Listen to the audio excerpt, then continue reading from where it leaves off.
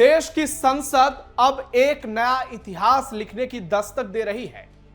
पूरे देश का सियासी पारा इस वक्त 7वें आसमान पर है। सियासी दलों के बीच खलबली मची हुई है।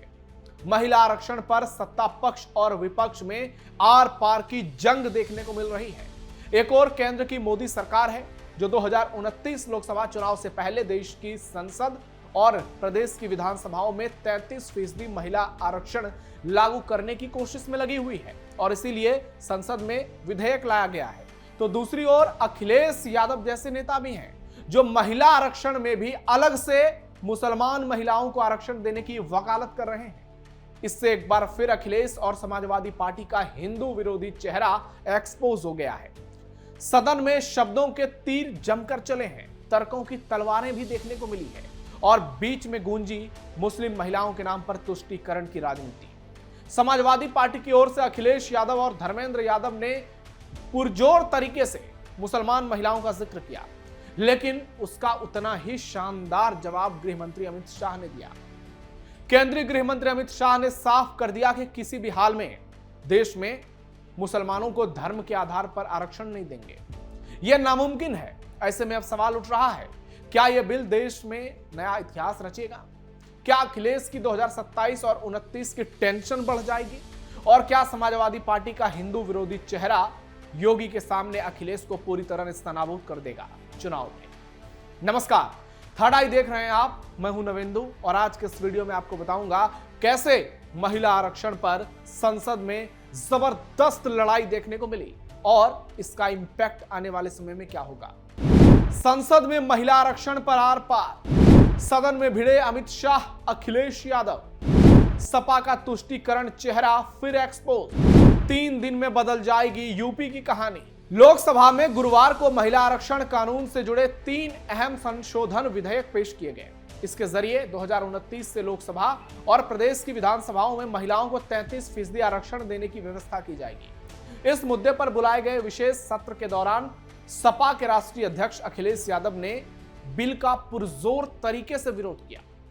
सपा सांसद और उनके भाई धर्मेंद्र यादव ने मुस्लिम महिलाओं को भी इस आरक्षण व्यवस्था में शामिल करने की मांग की। दोनों भाइयों ने, सपा सांसद अखिलेश यादव ने कहा कि हम महिला आरक्षण के समर्थन में हैं, लेकिन सरकार जल्दीबाजी कर रही है। सरकार पहले जनगणना कराए, उसके बाद आरक्षण लागू करे। सरकार को पता है कि अगर वो जनगणना कराएगी तो हम जाति के आधार पर आरक्षण की मांग करेंगे, इसलिए वो हम लोगों को धोखा देकर महिला संशोधन विधेयक पास कराना चाहती है। अखिलेश यादव ने कहा कि पूरा देश आधी आबादी को आरक्षण चाहता है। मैं पूछना चाहता हूं, क्या मुस्लिम महिलाएं आधी आबादी में नहीं आती? सुनिए। महोदय, अनडेमोक्रेटिक बात माननीय मंत्री जी ने कही। हो सकता है उन्होंने धर्म की बात कही हो, लेकिन पूरा देश आधी आबादी को आरक्षण चाहता है। अध्यक्ष महोदय, मैं माननीय मंत्री जी से जानना चाहता हूं, क्या मुस्लिम महिला आधी आबादी में नहीं आती? अखिलेश के अलावा उनके भाई और सपा सांसद धर्मेंद्र यादव भी सरकार पर जमकर बरसे। उन्होंने कहा कि जब तक इस बिल के अंदर पिछड़े और मुस्लिम वर्ग की महिलाओं को शामिल नहीं किया जाएगा, हम समाजवादी लोग इसका साथ नहीं देंगे। समाजवादियों से बड़ा महिलाओं की हितैषी इस देश में कोई नहीं है। आज भी सबसे ज्यादा महिला सांसद सपा में है।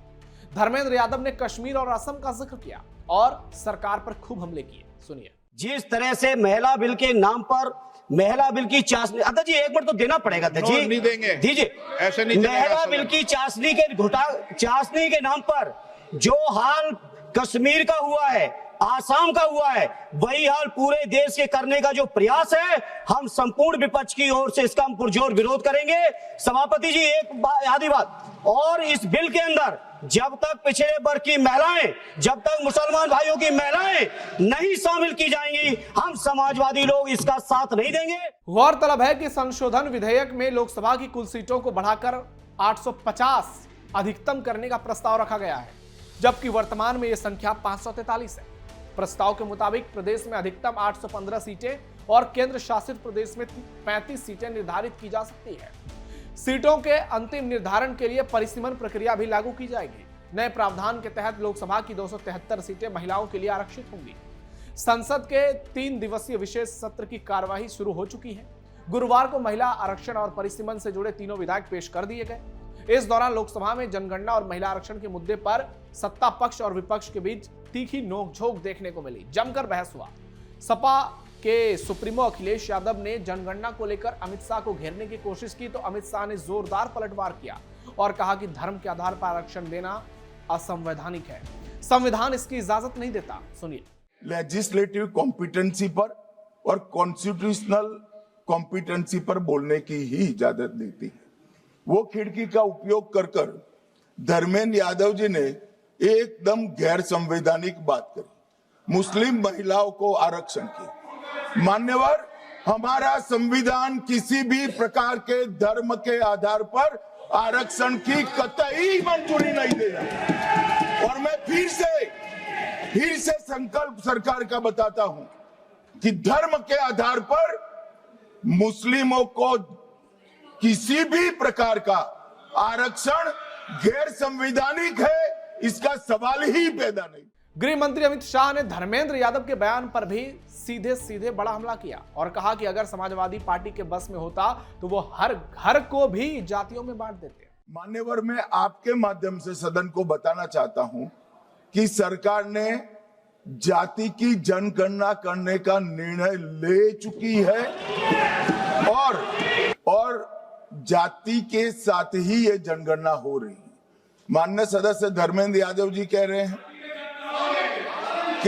कि कॉलम नहीं है। उनको मालूम पड़ना चाहिए कि अभी घरों की गिनती हो रही है और घरों की कोई जाति नहीं होती है।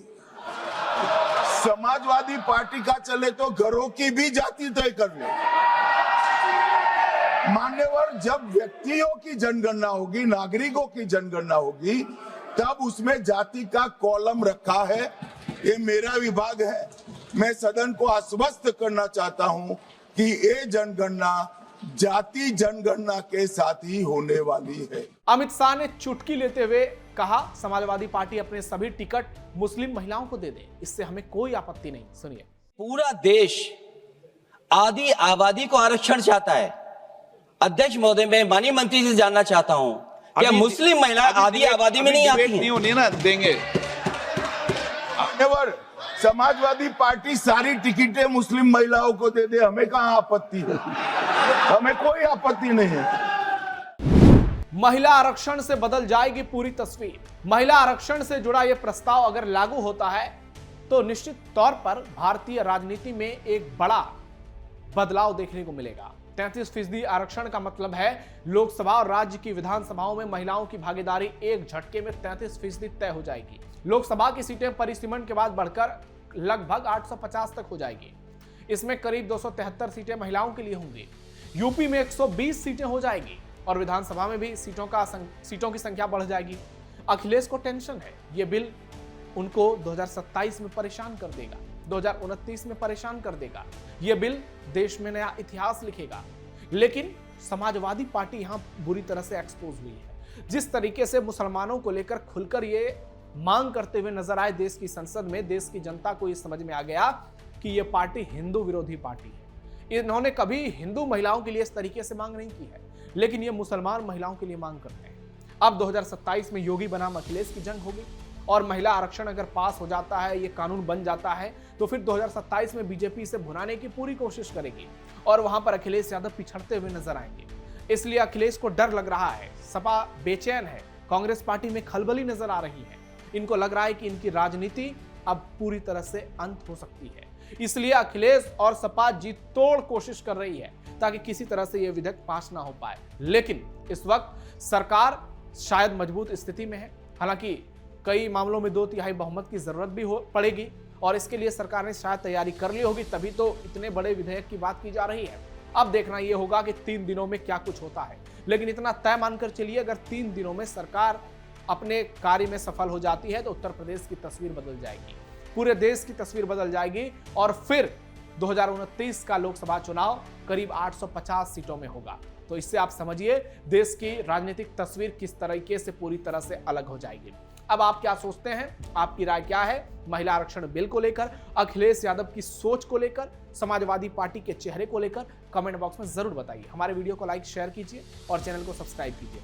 फिलहाल के लिए थर्ड टाइम में इतना ही। धन्यवाद।